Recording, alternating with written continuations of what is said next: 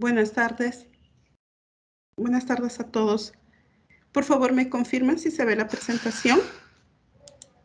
Sí, sí se ve. Sí, sí se ve. Bien. Sí se ve. Bien, entonces vamos a iniciar.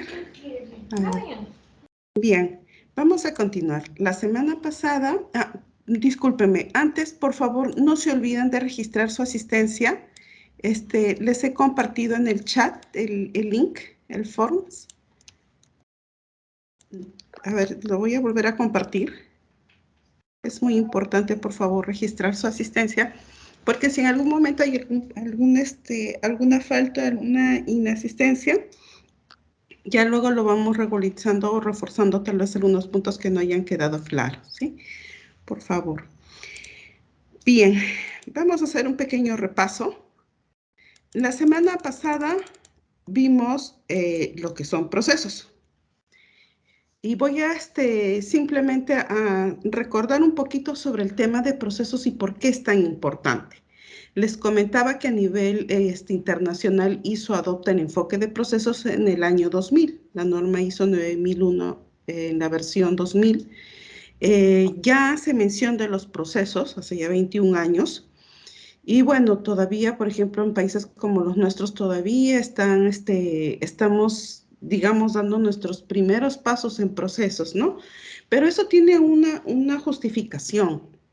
Saben que los procesos, ¿por qué nos piden tanto mapas de procesos, interacción de procesos? ¿Sí? ¿Y por qué no trabajamos con el organigrama? ¿Se acuerdan? ¿Por qué es importante los procesos y por qué no el organigrama?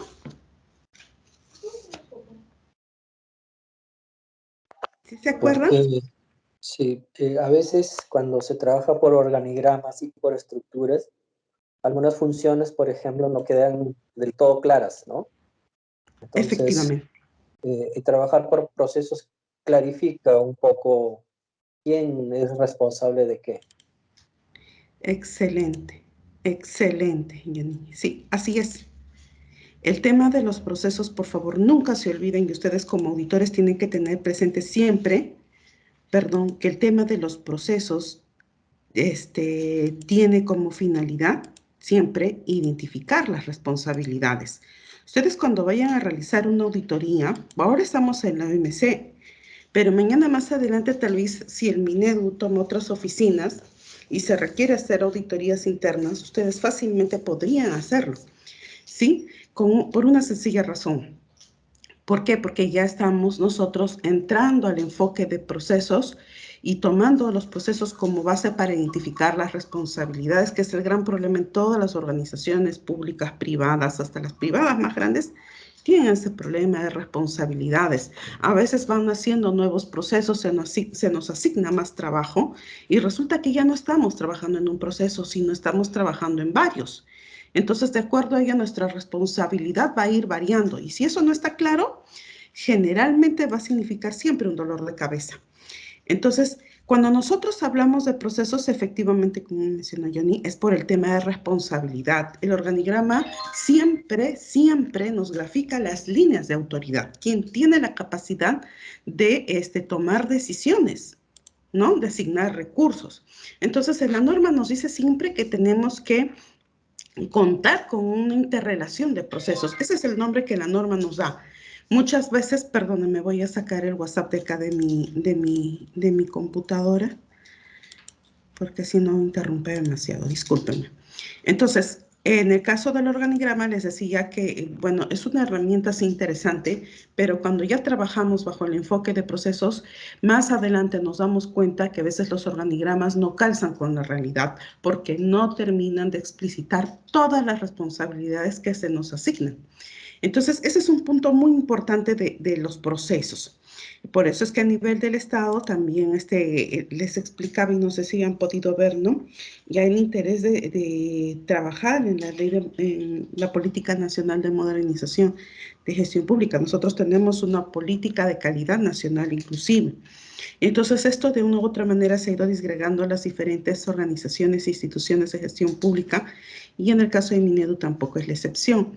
En la carpeta de procesos que vimos la semana pasada también he colocado ya una normativa de UNOME con respecto a procesos. Esto también ha tenido un cambio hace poco, hace unos meses, porque antes contábamos con otro manual, otro procedimiento, pero en este caso no, ya que como ha salido el mapa de procesos de Minedu, también se ha alineado este procedimiento en el Minedu, ¿no? Donde habla de procesos.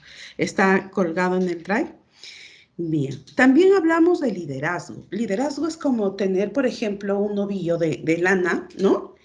Y funciona más o menos, cuando nosotros tiramos del ovillo, nos damos cuenta que al jalar, la hebra se alinea, se pone derecha. Entonces, el líder es aquel que impulsa, ¿no? Que fomenta. Ahora, todos tenemos, de alguna u otra manera, casi todos tenemos dotes de liderazgo para algo, para el punto especial, ¿no? Pero en este caso de gestión de calidad, el liderazgo es un atributo principal, es el eje donde trabajan todos los requisitos. ¿Por qué? Porque es el que motiva a la gente. Ustedes saben que así contemos con los mejores equipos de cómputo, con los mejores materiales, con los mejores insumos, lo que mueven realmente los procesos son las personas. Entonces, es muy importante fomentar eso, ¿no? O sea, tener un liderazgo, demostrarse liderazgo y compromiso. Les hablaba también que en sistemas de gestión en auditoría, eso lo vamos a tocar más a detalle en técnicas, nosotros utilizamos varias herramientas para evaluar si se cumple o no un requisito. Requisitos como estos, que son implícitos, porque nosotros no preguntamos, señor, ¿cómo es su compromiso con el sistema de gestión de calidad? No lo preguntamos, pero sin embargo sí se puede evidenciar, y les comentaba que eso se ve a través de la actitud, de la proactividad, de la iniciativa que tenemos con el trabajo. Yo puedo decir que estoy muy comprometida, pero los resultados de mi trabajo dejan mucho que desear. Entonces, nos damos cuenta que realmente no hay un compromiso. Esto es un requisito muy interesante y muy importante, y esto parte también desde la más alta jerarquía hasta abajo, ¿no? Y en la OMS Nereida, tampoco es... están diciendo que si es que estás presentando algún PPT porque no lo están observando. A ver, discúlpenme, por favor, ¿me confirman? Voy a volver a... Ahora sí estoy Sí, presentando. sí, trate de compartir pantalla porque es mucho mejor que compartir ventana. Sí, sí, a ver, discúlpenme, nuevamente voy a salir. A ver, ¿qué me pasa acá? Ahora, por favor, ¿me Sí, confirman si es sí, ahí visible? está, mejor así. Sí. Ya se ve, sí. Ah, ya, muchas gracias. Disculpen, a ver, creo que acá tengo... Ya. Entonces, cuando nosotros hablamos de compromiso, de liderazgo, hasta de los valores, cuando nos toque auditar, ustedes saben que esos son requisitos implícitos, no los decimos, pero se demuestran. Los demás requisitos, casi todos los demás requisitos, sí se pueden evidenciar con un registro, no con una foto. Lo podemos ver en un plano. Entonces, hay una evidencia, pero en este caso sí se demuestra a través de la actitud. Otro requisito que hablamos es el enfoque al cliente, y en gestión pública es interesante porque el llamar cliente generalmente a nivel privado es: yo brindo mis servicios y hay una contraprestación económica. En gestión pública no. Tenemos varios tipos de clientes, y por eso es que la denominación más real, la más cercana, es la de partes interesadas, llamados también actores, ¿no? Nosotros, dentro de nuestro léxico de OMC, nos conocemos también como factores asociados. Entonces, generalmente es el enfoque ese de usuario, a quién recibe nuestros servicios. Si nosotros dijéramos quién es nuestro cliente, ¿a quién tenemos que reportar todo? A la alta dirección del Minedu. Pero ese concepto quedaría muy corto, muy lejano al espíritu de la norma, porque cada cliente se puede interpretar como el usuario, quien de una u otra manera, ¿no?, necesita parte de nuestros servicios, y en este caso pues hay varios. Entonces nos dice que este enfoque también hay que entender los requisitos de estas partes interesadas. Por otro lado, también los requisitos que tenemos hacia cada uno de ellos, y si es o no factible de cumplirlos. Entonces, ¿por qué? Porque también las partes interesadas conllevan un punto muy interesante, que tienen la capacidad de hacernos quedar bien o también hacernos quedar mal, ¿no?, ante una insatisfacción. Bien, hablamos de la política de calidad. La política de calidad es una promesa de amor que hacemos con la calidad, ¿no? Tiene que decirnos que está, o sea, tenemos que hablar sobre qué realizamos dentro de la OMC. Por eso se dice que tiene que ser apropiado y a propósito y contexto. Una política de calidad es general. No sé si han podido ver el material que está en el Drive. ¿Ya? Igual después lo voy a mostrar de manera rápida antes de terminar la sesión. Pero la política es una promesa y es una promesa que tiene que diferenciarnos del resto. A veces cuando nosotros hacemos auditorías, y ustedes también lo van a ver en algún momento, hay políticas de calidad que se parecen unas con otras.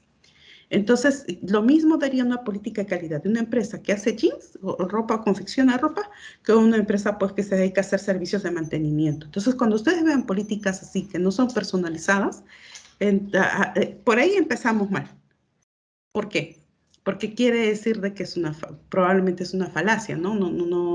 Al no existir una política, y acá hay un tip, quiere decir que no han identificado bien sus objetivos. Entonces, por eso es que se dice, cuando nosotros vemos la política del UMC, nosotros lo primero que decimos es a qué nos dedicamos. ¿A qué nos dedicamos nosotros? ¿Cuál es acá, de cara al cliente, lo que nosotros entregamos a la ciudadanía a través de nuestra página web? Los resultados de los logros de aprendizaje, ¿verdad? Pero ese es el punto final, pero el punto de partida está o sea, más atrás. Pero ahí ya nos estamos diferenciando, ¿no? Nos dice que también tiene que servirnos de marco de referencia. Por cada promesa tiene que haber un objetivo. Lo vamos a tocar más adelante de manera ya más detallada. Y también un compromiso de cumplir con los requisitos. Y en el caso de ser un UMC al estar dentro del INEDU, sí, pues estamos enmarcados en toda una serie de requisitos legales, ¿no? También nos tiene que hablar de la mejora continua. Bien, nos dice que la política de calidad también tiene que estar comunicada, ¿no? Tiene que estar difundida, tiene que entenderse, todos tienen que saber cómo lo aplican y por qué lo aplican. ¿Qué más? Bien, este es el punto donde nos quedamos la semana pasada. Roles, responsabilidades y autoridades en la organización. Por favor, hasta aquí, ¿alguna pregunta?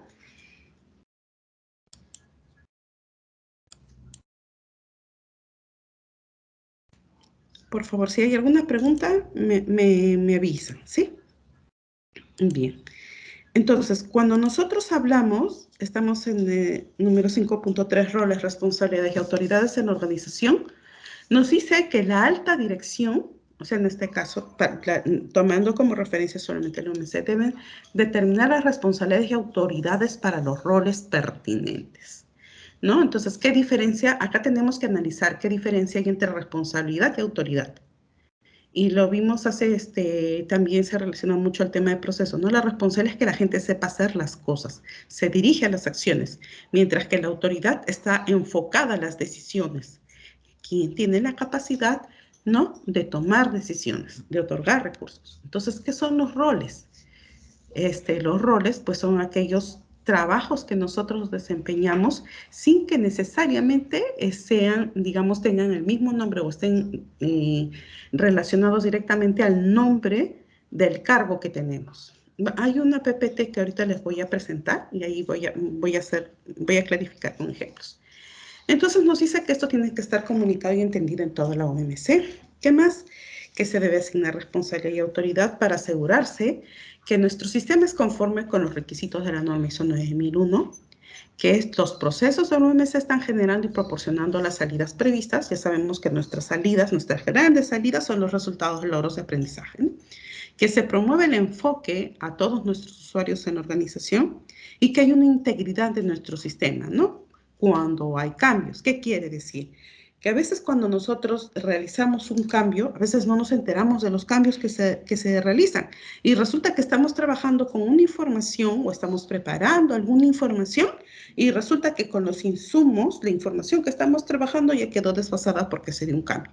Entonces acá nos dice que hay que asegurar esa integridad, ¿no? Cuando se planifican e implementen los cambios. ¿Qué más? E informar a la alta dirección sobre el desempeño del sistema de gestión y de las oportunidades de mejora. Bien, voy a presentarles una pequeña lámina que preparé porque este tema de los roles siempre genera a veces un poco de desconcierto. ¿Me confirman, por favor, que están viendo la PPT de roles? Sí se ve, la tabla azul.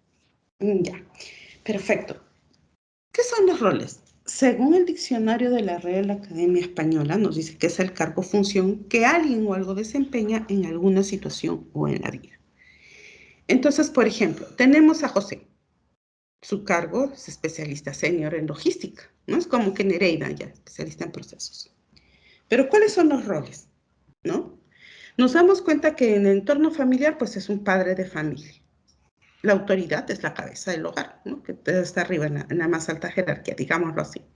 ¿Y cuál es su responsabilidad? ¿Cuáles son sus acciones? Pues aportar recursos económicos, ¿no? En conjunto, bueno, con cónyuge. Puede ser que también sea solo, ya es un tema de familia, ¿no? También es responsable de la matrícula de los niños, entre otros. Pero ya hablando como rol en empresa, su cargo es especialista senior en logística. ¿Pero qué roles tiene? Por ejemplo, revisor, ¿no? ¿Qué revisa? Todas las especificaciones que le llegan de los bienes, ¿no? O los términos de referencia, ¿sí? De los servicios que se van a contratar. ¿Qué más? Pero como revisor, bueno, no tiene ninguna autoridad, reporta una jefatura de logística, ¿no? Y dentro, pues, de la responsabilidad tiene que ser el control de calidad de las especificaciones para compras de bienes, ¿no? ¿Qué más?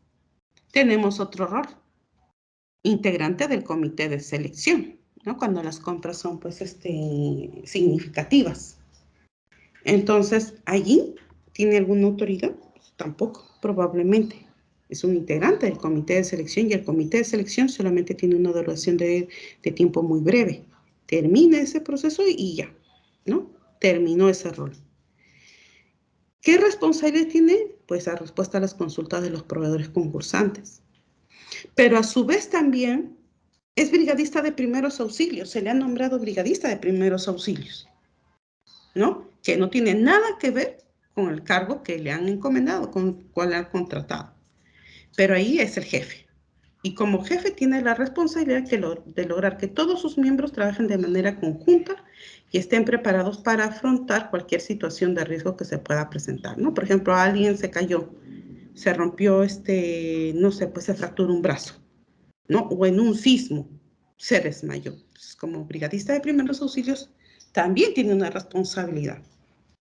Entonces, esto es de alguna manera el esquema, las diferencias que hay entre los roles, la autoridad y la responsabilidad. ¿Por qué? Porque en la UMC todos los UMCinos desempeñan múltiples roles. De verdad, hay más roles que personas. Entonces, ¿qué sucede? Muchas veces los perfiles de puestos o los manuales de organización y funciones realmente no abarcan todo el nivel de trabajo que se tiene y de responsabilidades, ¿no? Entonces, a veces, en el sector privado sí pasa mucho, dicen, no, pero a mí no me han contratado para eso. En gestión pública es más sensible. Nosotros no podemos decir, no me han contratado para eso. Salvo pues que nos manden al otro extremo a hacer algo pues impensable, ¿no? Hacer mantenimiento de un equipo, impensable. Entonces, por eso es que muchas veces cuando los roles no los tenemos en claro, ¿no? Pensamos más en las personas que en los roles que desempeñan las personas. Por ejemplo, a ver, en el equipo de evaluación, ¿qué roles se desempeñan? A ver, cuenten. En Planimoni, en análisis o en difusión. A ver, ¿qué roles tienen? Un ejemplo. Hay especialistas junior, especialistas senior, coordinadora, Perfecto. subcoordinador de equipo. Muy bien. ¿Qué otros roles tenemos? Porque en evaluación de verdad que hay bastantes roles, bastantes. Es una coordinación sumamente interesante y por el análisis que hemos hecho bien detallado. En realidad en todas las coordinaciones. Pero ¿qué otro? A ver, perdóname, Jean-Pierre. A ver, ¿qué rol haces tú? A ver, ¿qué tal? Primero, ¿me escuchan? Sí, Jean-Pierre. A ver, Sí, ¿qué sí. rol desempeñas tú cuando ya empezamos con el procesamiento de información? Bueno, a ver, estoy tratando un poco de... A ver, lo que sucede es que hay, por un lado, un conjunto de roles que yo, por ejemplo, tengo al interior del equipo que conformo y que están vinculadas, pues, con la gestión de lo que son las evaluaciones estandarizadas del área de comunicación. En ese caso, hay un conjunto de tareas que tienen distintos ángulos, pero que están vinculadas con la gestión de estas evaluaciones del área. En paralelo a eso, y creo que todos en la oficina o en el equipo de evaluación podemos tener también estas funciones, estas tareas. Hay algunas tareas que pueden tener un carácter un poco más, vamos a decir así, transversal, porque tienen que ver con procesos que involucran a más partes del equipo. Estoy pensando en concreto el tema de la codificación que hablamos hace algunos meses, ¿no? Ahí tengo otro rol.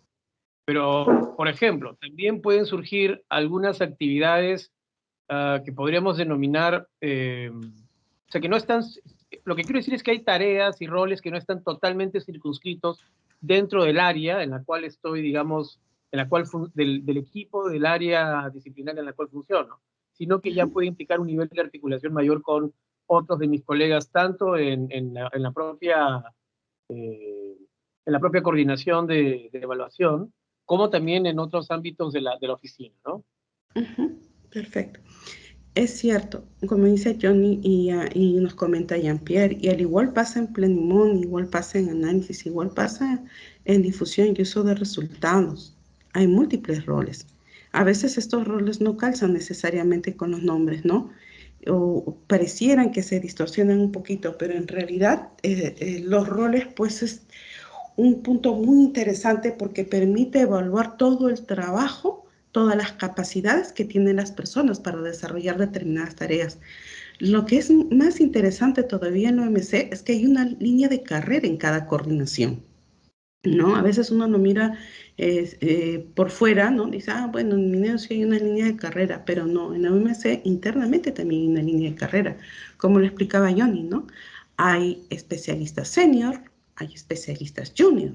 En el tiempo, un junior se volverá un senior.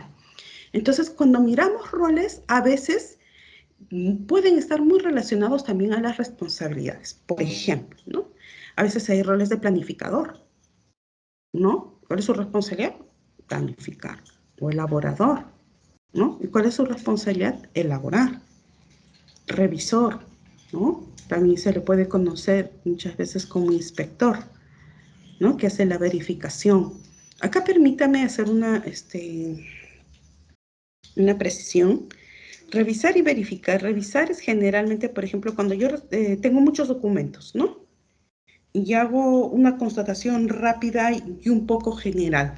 Son 80 documentos que he recibido, todos del día 9 de septiembre, y bueno, tienen el sello, ¿no? De recibido. Perfecto, yo los revisé. Pero la verificación es el control de calidad que hacemos. Es muy difícil a veces hacer a todo, pero muchas veces se hacen por muestra. A ver, voy a tomar 10. Si estos 10 me dicen si está bien escrito en la oficina, ¿no? Si está claro aquí cuál es el motivo, a quién está dirigido, si efectivamente tiene los documentos que están como adjuntos o tal vez falta uno, ¿no? Entonces, la verificación generalmente se hace por muestreo, generalmente se conoce también como control de calidad, ¿no? Esas son las diferencias. Entonces, dentro de los procesos también hay muchas personas que hacen control de calidad. Ese es otro rol, ¿no? Algo así como un inspector. Podríamos también darle otro nombre. También tenemos coordinadores, subcoordinadores, ¿no? Podrían ser coordinadores asistentes, inclusive subcoordinadores asistentes. Va a depender de la situación y su responsabilidad está, como su nombre dice, coordinar, ¿no? Puede haber también un supervisor o un monitor y su responsabilidad va a ser, pues, hacer seguimiento, supervisar, ¿no? También hay otros que se encargan de aprobar, ¿no? Generalmente no les llaman aprobadores, pero le puse ahí el nombre como para dar una idea. Entonces, cuando hablamos de roles, la norma lo que nos dice es que hay que mirar todos esos roles. ¿Por qué? Porque detrás de esos roles muchas veces hay responsabilidades que no son conocidas, que no están difundidas o que a veces la gente no lo tiene claro. Entonces, a eso se refieren los roles. Bien, ¿hasta aquí alguna consulta, por favor? ¿Alguna pregunta? ¿Algo que no haya quedado muy claro? Bien. Entonces, hasta aquí hemos terminado el capítulo 5. El capítulo 4, ¿se acuerdan que yo les decía que es como una mesa donde se soportan los requisitos principales de un sistema de gestión de calidad? Y si esos requisitos no están claros, todo lo que pongamos por sobre esa mesa o lo que es sinónimo de declarar en el capítulo 5, 6, 7 y 8, 9 y 10, ¿no? Que los que vienen, diríamos, entonces, si esa mesa no es sólida, entonces los demás requisitos se van a caer. ¿Por qué? Porque no hay esa solidez que se necesita. El capítulo 5, un tip, generalmente estas preguntas son para la alta dirección, para jefatura, las coordinaciones, ¿no? Entonces, este es, digamos, un tip en el capítulo 5, ¿no? ¿Qué más? Tenemos el capítulo 6. Y el capítulo 6 ya habla de la planificación, de lo que nosotros, ¿se acuerdan que planificar es hacer antes de, o sea, pensar antes de ejecutar algo? Entonces nos dicen que acá dentro de la planificación tenemos que mirar las acciones para abordar riesgos y oportunidades. Entonces, en este caso, dice la organización, al planificar el sistema de gestión de calidad, la organización debe considerar la comprensión de la organización y su contexto, 4.1, básicamente lo que nos dice es que hay que mirar el contexto externo e interno. ¿Se acuerdan que el contexto externo son todos aquellos factores que nosotros no podemos controlar, pero que sí nos afectan? Entre ellos, por ejemplo, lo que está en la parte de afuera, ¿no? ¿Cuál es ahorita la variable que nos está afectando a todos mundialmente? La pandemia. Entonces, nos dice que en los riesgos hay que mirar todos estos factores externos y también los internos.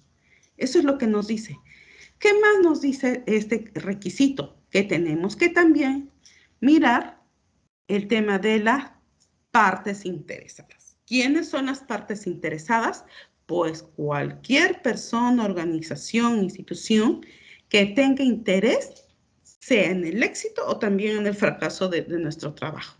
Y en este caso hemos hablado que hay partes interesadas externas y partes interesadas internas. Las internas, dentro del Minedu, pues todas las demás oficinas, ¿no? Incluyendo hasta el ministro. Pero en el caso de las partes interesadas externas, por ejemplo, tenemos aquí en los canales de comunicación, ¿no? O sea, los medios, perdón. Tenemos también los factores asociados, los padres de familia. Entonces, este requisito 6.1 nos dice que hay que mirar estas dos variables de primer momento. La organización y su contexto que están en 4.1 y las necesidades y expectativas de las partes interesadas. ¿Qué más nos dice? Que en función de esto debemos determinar los riesgos y oportunidades que sean necesarios abordar. ¿Qué más nos dice? ¿Para qué? Para asegurar que el sistema de gestión de calidad pueda lograr sus resultados previstos. Cuando hablamos de resultados previstos, nos está de una u otra manera diciendo que logremos nuestros objetivos sumesinos. ¿Qué más? Aumentar los efectos deseables, ¿no? Prevenir o reducir aquellos efectos que no se desean y lograr la mejora. Ahora nos dice que al planificar, las acciones para abordar estos riesgos y oportunidades deben ser proporcionales al impacto potencial de la conformidad de los productos y servicios. Por ejemplo, nuestro plan anual de evaluaciones no ha podido ser ejecutado, ¿no? Entonces, ¿cómo hemos enfrentado este riesgo? Pues estamos haciendo nuestra CSAE. ¿Es proporcional o no al impacto potencial de la conformidad de los productos y servicios? Pues sí, es lo más cercano. Porque decir que no íbamos a hacer ningún tipo de estudio o evaluaciones nos habría traído consecuencias más graves, ¿no? A nivel institucional y a nivel nacional. Entonces nos dice también aquí que tenemos que ver la manera de integrar e implementar estas acciones en los procesos del sistema de gestión de calidad y evaluar su eficacia. Bien, acá también voy he preparado una lámina como que más clara, también con ejemplos, porque a veces honestamente, hablando, a veces no tengo la capacidad de hacerme entender o querer expresar o poder expresar todo lo que quiero. Bien, ustedes deben haber escuchado sobre la norma 9000, la versión 2015, les decía que es el diccionario, ¿verdad? ¿Se acuerdan en la primera presentación? Les decía que la norma 9001 es una norma de requisitos. Toda esa norma dice qué debemos hacer, pero no dice el cómo. Y ahí es donde vienen a veces los conflictos, ¿no? Las interpretaciones que a veces se distorsionan en el camino. Bien, esa norma que es el vocabulario nos dice que el riesgo es el efecto de la incertidumbre. Pero también ustedes deben haber escuchado de una norma llamada ISO 31000. La ISO 31000, perdón, voy a bajar el... Ya. La ISO 31000 es una norma también muy conocida. Es una norma de gestión de riesgos. Y estoy seguro que lo deben haber visto o escuchado en algún momento.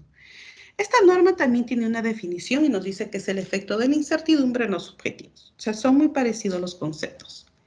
En la 9000 nos dice que el efecto es una desviación de lo esperado, sea positivo o negativo. Nos dice que la incertidumbre es el estado de esta deficiencia de información, ¿no? Relacionada con el conocimiento de un evento o potencial evento o su comprensión. Asimismo, su consecuencia o su probabilidad.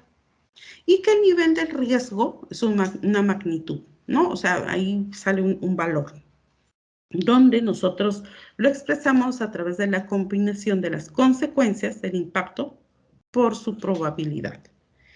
Leyéndolo así para muchos suena como pesado, tedioso, que no se puede entender, o sea, ¿no? Una roca. Pero vamos a precisar cada uno de estos términos. En la norma ISO 31000, en la versión 2018, dice algo similar, ¿no? Un efecto es una desviación respecto a lo previsto. Puede ser positivo, puede ser negativo o pueden dar por resultado ambos, ¿no? Un evento positivo, pero también negativo. Y puede abordar, querer o resultar en oportunidades y amenazas. Nos dice que también los objetivos pueden tener diferentes aspectos o categorías, ¿no? Y se puede aplicar a diferentes niveles, ¿no? Los objetivos siempre es un sinónimo de intenciones, ¿no? De intenciones que tienen como meta ser eficaces. Entonces, cuando nosotros hablamos del nivel de riesgo, generalmente se expresa en términos de fuente de riesgos, eventos potenciales, no necesariamente reales, sus consecuencias y probabilidades. En el pie de página están los links que he sacado de la misma ISO, para que puedan ustedes ver, ¿no? O sea, que estos pues, son los conceptos tal cual están ahí. ¿Cuáles son las metodologías para identificar y valorar riesgos? Bueno, tenemos la ISO 31000, es un sistema que nos habla de gestión de riesgos, pero digamos que una norma muy interesante es la 31010. En esta norma ISO 31010 nos da 31 herramientas para identificar y valorar riesgos. Y nos habla de los métodos con los cuales nosotros podemos apoyarnos para identificar los riesgos. A través de unas listas de chequeo, a través de métodos de soporte, por ejemplo, análisis de escenarios, también análisis de las funciones, los controles, métodos estadísticos. Y para esto también no es mi intención hablarles sobre todas estas metodologías de riesgo, porque de verdad son variables y muchas organizaciones toman la que creen más factible, ¿no? Las que le parece más didáctica o más precisa, la más interesante. Ese es un criterio de cada organización. Acá simplemente les pongo esta PPT como para que un poco puedan explorar y si en algún momento les hablan de riesgos y ustedes digan, ¿por qué estamos analizando riesgos como Nereta nos enseñó si es de otra manera? Efectivamente, cuando en algún momento se quiera analizar riesgos, ustedes se van a dar cuenta que hay infinidad de metodologías. Entonces, esta norma ISO 31010 nos da una serie de herramientas y también nos da una serie de métodos. En el anexo A, gestión del riesgo, técnicas de evaluación del riesgo, que he colgado también está en el material respectivo, ahí pueden ver todas estas herramientas, pero no es mi intención analizar una por una, ni decir cuál es la mejor, pero no. ¿Por qué? Porque hay algunas que son muy complejas, hay otras que son sencillas. Y nosotros lo que queremos es trabajar de una manera práctica, una manera sencilla, una manera proactiva, que todos lo podamos entender y explicar, porque en la norma ISO 9001 nos dice sí, identifiquen y valoren sus riesgos. ¿Qué metodología? La que ustedes consideren pertinente, ¿no? Simplemente eso. Bien, entonces vamos a analizar un poco de estas acciones, ¿no? Que se emplean para abordar riesgos y oportunidades. Y acá sí Minedu tiene un procedimiento de gestionar riesgos. Es un documento complejo, interesante, Pero como digo, no es la finalidad complicarnos la vida. Entonces nos dice que primero, para gestionar estos riesgos, nosotros tenemos que identificar el riesgo. ¿Y quiénes pueden identificar el riesgo? Todos, absolutamente todos. Todos podemos identificar un riesgo, ¿no? Y ojo, que cuando hablamos de riesgo, y les explicaba en la parte introductoria de este material, decíamos que es la incertidumbre. Entonces, cuando hablamos de incertidumbre, ¿no? El efecto puede ser positivo o si es negativo. Pero Nereida, estás hablando de riesgos y oportunidades. Aquí sí hay algo que muchos cuestionan en la norma y dicen, si el resultado, el evento es negativo, quédate con el nombre de riesgo. Pero si es un evento, un resultado positivo de ese riesgo, llámale oportunidad. Entonces, esa es la manera que tenemos de identificar riesgos y oportunidades, ¿no? Riesgo, generalmente sí, pues es la incertidumbre de algo malo. Si es algo malo, que se siga quedando con el nombre riesgo, pero si encuentras algo positivo, llámale oportunidad. Entonces nos dice que tenemos que identificar aquellos riesgos y oportunidades y todos lo podemos hacer. Pero ¿quiénes pueden valorarlo? No todos los que lo identificaron. Quienes pueden valorarlo, pues son aquellos que están inmersos en ese trabajo en su día a día. ¿Por qué? Porque ellos conocen, ustedes conocen la realidad que cada uno pasa, ¿no? Cada uno de los procesos son vecinos. Entonces, los riesgos, por ejemplo, los administrativos no van a ser los mismos riesgos que en el procesamiento de información. Van a diferenciarse. Pero ¿quiénes pueden valorar eso? Pues cada equipo, cada coordinación, ¿no? Los equipos y subequipos. Entonces, cuando hablamos de valorar, se dice que el riesgo es la probabilidad por la consecuencia. La probabilidad es aquella posibilidad que suceda algo. Por eso es que se dice que los riesgos pueden ser potenciales o reales. ¿Qué más? Y nos habla de consecuencias. Nos dice que pueden ser expresadas en términos de efectos tangibles, ¿no? Puedo palpar, o intangibles también, ¿no? Que puedo de alguna manera observar. Ahora, cuando nosotros hablamos de acciones para abordar riesgos y oportunidades en el Minedu, tenemos la resolución de Secretaría General 188-2020 Minedu del 10 de noviembre del 2020. Solamente pegado estas dos láminas, porque acá, por ejemplo, para valorar, para dar una ponderación a la probabilidad del riesgo, ¿no?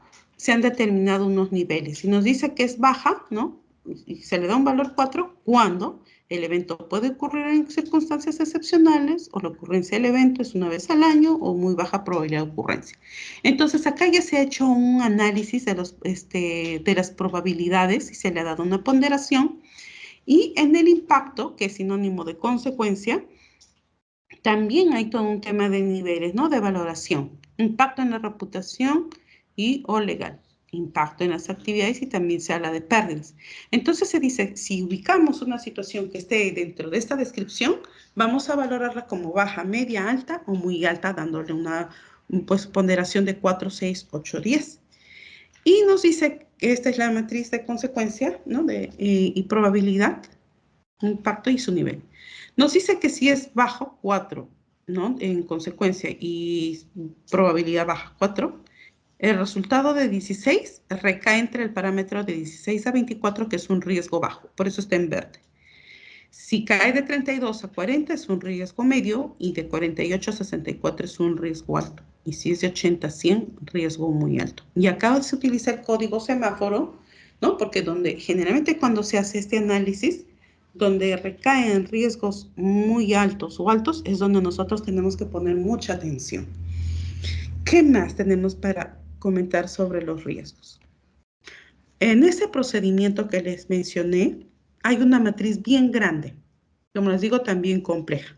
Pero no es la idea en estos momentos, es complicarnos la vida.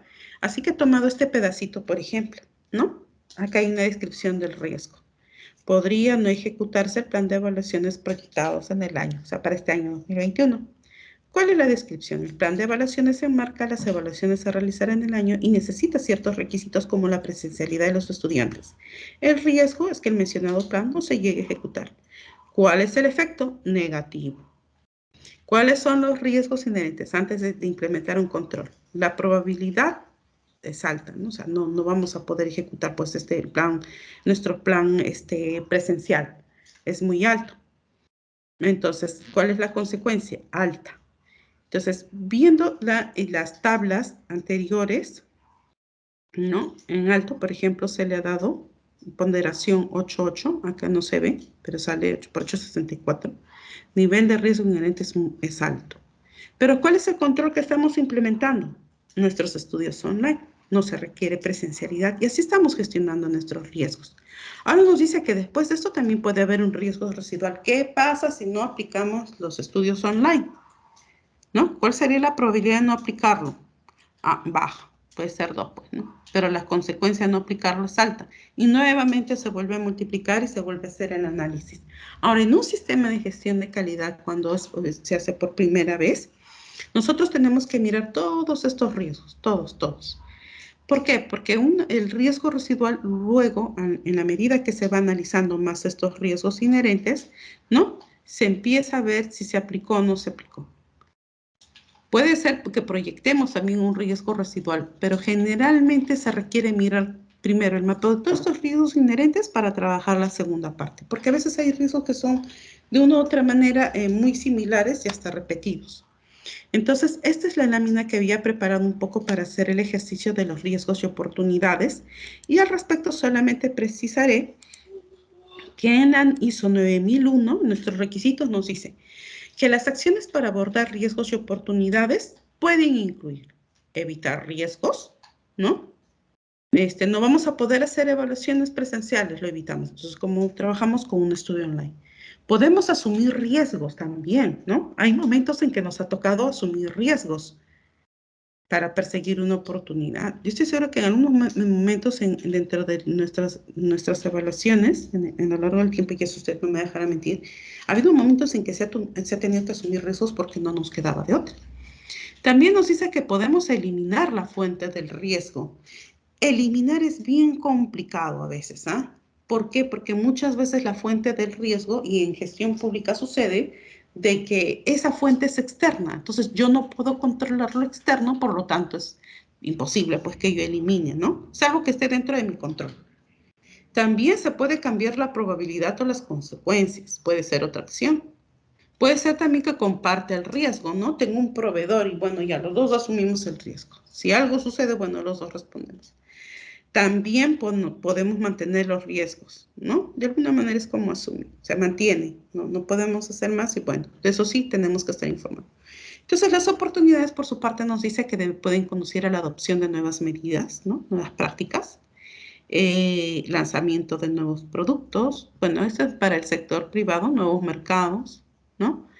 Acercamiento a nuevos clientes, establecimiento de asociaciones, utilización de nuevas tecnologías. Por ejemplo, para nosotros la gran oportunidad de los estudios CESAR es que nuestras herramientas, nuestras plataformas tecnológicas que ya existían, se han hecho más sólidas, ¿no? Y la oportunidad es que de una u otra manera hemos podido afrontar esta etapa de los estudios pues sin significar un gran problema, ¿no? O sea, no es que, no tenemos ese aplicativo y necesitamos desarrollarlo y nos va a tomar un año, no. O no tenemos tal equipo y necesitamos un año, no, pues no va con el periodo del desarrollo de nuestras evaluaciones. Entonces hemos tenido oportunidad de demostrar que contamos con la infraestructura para hacer ese cambio, ¿no?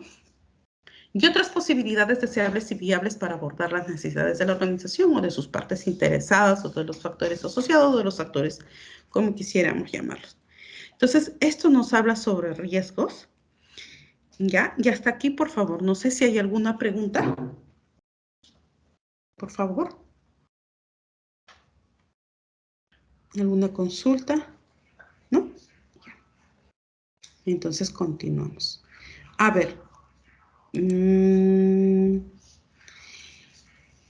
Cuéntenme un riesgo, no necesariamente relacionado a la pandemia que estamos pasando. A ver, riesgos de años anteriores que hayan pasado los equipos de evaluaciones, de planificación y monitoreo, del equipo de procesamiento de información o de difusión y uso de resultados. A ver, cuéntenme uno, por favor, compártanos un riesgo sí que hayan afrontado y cómo lo pasaron, cómo lo salvaron.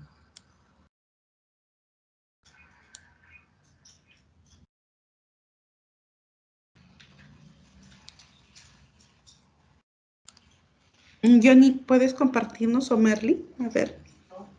A ver, cuando teníamos la necesidad de ampliar los grados a evaluar, nos encontramos con una tensión, ¿no? En segundo grado de secundaria, como es lógico pensar, las competencias se van complejizando, o el desarrollo de la competencia se va complejizando a medida que se avance en la escolaridad. Entonces estábamos ahí entre la tensión de un número, encontrar un número ideal de ítems para una prueba, y por otro lado, que ese número o esa cantidad de ítems abarcara todos los aspectos de la competencia para que den evidencia del logro de un determinado nivel para segundo año secundario. Y a esa ecuación teníamos que agregarle el hecho de que era censal y que por lo tanto tenía que ser prueba única, porque así es, diríamos, lo recomendable para cuando vamos a entregar resultados de manera individualizada. Lo recomendable es hacer una evaluación con prueba única, ¿no? Todos los chicos se enfrentan a la misma prueba. Entonces, en ese caso, tuvimos que asumir un riesgo. ¿Cuál era el riesgo? De organizar la prueba, pero no como prueba única, sino como una prueba con bloques rotados, ¿no? Es decir, una prueba en la cual había una escala, por ejemplo, de 90 ítems. Sin embargo, los estudiantes solo se enfrentaban a 50, o a 48, o a 45. Esto implicaba un gran riesgo en realidad, porque podríamos haber tenido varios problemas, en especial problemas relacionados con la precisión en la clasificación de los estudiantes y la consistencia en esa clasificación a través de los años. Optamos por como te digo, por este diseño de evaluación, y al aplicar nuestra primera piloto vimos que se convirtió en una gran oportunidad a partir de allí, ¿no? Porque después esto ya sirvió como una base para cuando en 2016 nosotros hicimos la prueba para cuarto grado de primaria. Ya teníamos un camino recorrido en ese sentido, ¿no? Ya sabíamos cómo podíamos abordar este problema de tener una prueba más amplia, más numerosa, y al mismo tiempo poder clasificar a los estudiantes de manera individual, ¿no? Y haciéndolo con esto de un cierto diseño de bloques rotados con una distribución específica, ¿no? Eso es uno de los riesgos que recuerdo con mayor satisfacción, porque por la forma como lo superamos y cómo convertimos ese riesgo luego en una gran oportunidad. Excelente, gracias, Johnny. Sí, el ejemplo cabe a la perfección con la descripción de riesgos y oportunidades. A ver, el equipo internacional, Cintia, Toñito, ¿algún riesgo que ustedes hayan asumido en años anteriores? ¿Cómo lo afrontaron? Por ejemplo, José. ¿cómo estás? Mira, tenemos nosotros un acuerdo de PISA, que para participar el próximo año, en este año tendríamos que aplicar la piloto, ¿no? Con el tema de la pandemia, a pesar que se han hecho las coordinaciones, tenemos que, por ejemplo, para minimizar el riesgo de que digamos, no nos dejen aplicar la definitiva, estamos haciendo todo lo posible para aplicar la piloto en el mayor grado posible, ¿no? Es una manera de minimizar el riesgo de que no podamos participar el próximo año. Muy bien, gracias, Toñito. Perfecto. ¿Hay alguien del equipo de Planning Money? Creo que no, ¿o sí? Bien. Wilder, un riesgo. Seguía pensando, hola, ¿qué tal? Buenas noches. Seguía pensando en un riesgo. No se me ocurre ahorita uno. O uno que ustedes afronten, que afronten o que hayan afrontado. ¿Te acuerdas, por ejemplo, que nos comentabas en algún momento cuando ustedes se les trasladaba para el local creo de depuración perdón, la recepción e inventario? O por ejemplo, cuando ustedes en campo les proveen alimentación. ¿Eso podría ser un riesgo? Claro que sí, porque en un trayecto, si el vehículo no tiene todas las condiciones, podrían sufrir un choque, una avería, algo, ¿no? ¿Y cuál es el producto más valioso que está ahí en el automóvil o en el bus? Ustedes. Entonces, ahí como lo mencionas, podría ser el riesgo, es que en el proceso, para el procesamiento de datos, la empresa que nos brinda el servicio de procesamiento y captura de datos, la planta principal, la de donde se procesa toda la gestión física, está a las afueras de Lima. Sigue siendo Lima metropolitana, pero está bien afuera. Está bien a las afueras. Entonces, como el tiempo de transporte y de traslado es un poquito complicado llegar hacia ahí,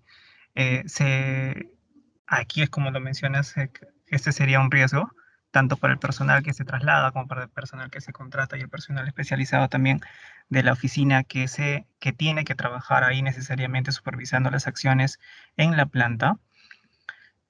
Se toma por decisión incluir dentro de los términos de referencia que el proveedor, ya que si su planta está muy alejada o a las afueras de Lima, que ellos nos provean de un bus, ya con todas las medidas de seguridad, que nos transporte desde un lugar céntrico, desde el centro de Lima, hacia las instalaciones, tanto de ida como de vuelta también. Perfecto, ese es un control, una acción que se ha tomado, ¿eh? Ahí tenemos ejemplos. Y en administración, Alex, a ver, cuéntanos una anécdota. ¿Qué riesgos, oportunidades se han afrontado? En administración, el riesgo más común que siempre tenemos es el tema de la asignación de los recursos. La asignación de los recursos es la parte a veces más crítica para nosotros por toda la incertidumbre que nosotros tenemos respecto a cuánto nos van a dar y en contraste con todo lo que nos solicitan las coordinaciones, ¿no?, para sus objetivos. Una manera de cómo hemos manejado este tema de que estamos organizándonos en el equipo es adaptar la gestión por procesos. Justamente es lo que estás explicando. Y es que con la gestión por procesos, cada una de las actividades de las coordinaciones no los veo como una isla, sino como una cadena. Entonces, si me falta un eslabón de esa cadena, deja de funcionar todo lo que quiero hacer. Esa es la forma como nosotros también defendemos un poco los recursos y las necesidades de la oficina UMC ante UPP. Perfecto, muchas gracias. Gracias, Alex. Chicos, ustedes han manifestado algo muy interesante. ¿Se acuerdan que cuando hablamos que un proceso no se realiza son por 3 motivos? La gente no puede y muchas veces es un tema de recursos, ¿no? Y el recurso, o sea, en el recurso, ¿se acuerdan de la mnemotecnia de las 7 M's? Hasta la información es un recurso, un lapicero es un recurso, una laptop es un recurso, ¿no? Entonces, ya, la gente no puede ser capacitada. La gente, perdón, no puede un tema de recursos. La gente no sabe. Bien, se da capacitaciones, ¿no? O sea, y acá en la UMC pasa algo muy interesante y eso también me hace analizar a la luz de cómo en gestión pública a veces no se valora. ¿Quiénes son los expertos en el país en temas de evaluaciones y logros de aprendizaje? Todos los del equipo de UMC, ¿verdad? Pero sin embargo, cuando se quiere capacitar, ¿no? Por ejemplo, muchos de ustedes estoy seguro que enseñan en universidades e institutos, ¿Y quién mejor para agarrar y hacer capacitaciones, ¿no? Internas o externas, pero a veces como que no, creo que todavía falta dar esa forma, ¿no? De agarrar y valorar el recurso interno también como capacitadores. Pero volviendo al tema, cuando no se sabe, ¿y cuál es el remedio? Se enseña. El problema más grande es cuando no se quiere, ¿no? Porque ahí ya entra un tema psicológico. Entonces, los riesgos suceden también de manera similar, ¿no? Que cuando nosotros nos ponemos a mirar si no se sabe, no se puede, a veces no podemos porque también estamos heredando riesgos externos, ¿no? Me dices, Alex, o sea, nosotros no sabemos cuánto presupuesto nos darán, o como nos comentaba Wilner, ¿no? O sea, dependemos de lo que la empresa nos ponga como movilidad, ¿no? O también el caso que explicaba Johnny, ¿no? Por ejemplo, muchas veces responden a factores externos, ¿no? Pero a veces también responden a factores internos. Entonces, por eso es que la norma dice hace mucho hincapié en el tema de riesgos, porque todo es riesgos y es uno de los 2 puntos que ahora la norma ha tomado en cuenta. No solamente procesos, sino riesgos. Bien, tenía una lámina, pero ya son las 6, tampoco quiero abusar. ¿Me han podido consultar la información del Drive? Por favor, ¿han podido verlo?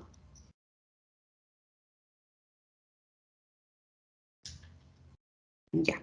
Si no se ha podido, los invito. Y ahí en la carpeta del 26 de agosto hay una evaluación. Hay hasta el 19 de 10 días para desarrollarla. ¿Ya? Es básicamente preguntas sobre el capítulo 4. No es nada del otro mundo. Vamos a identificar los requisitos del capítulo 4. Hablo del contexto externo-interno, las partes interesadas, del alcance y de los procesos. También les pongo el link donde está la información. Pueden consultar la información que he puesto ahí como ejemplos.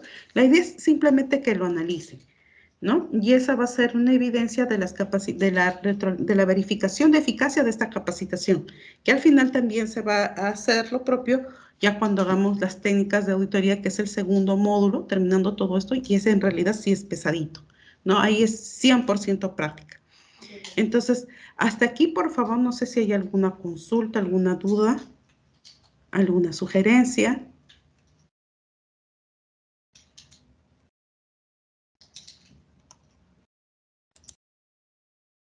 ¿No? Creo que sí, todo está claro.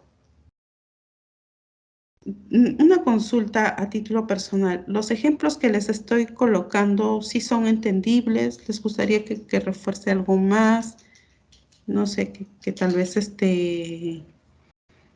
como que ponga más ejemplos. Una sugerencia, si es que es posible. De repente podrías ejemplificar más con UMC las cosas que vas identificando respecto al tema de procesos y calidad. Ya, perfecto.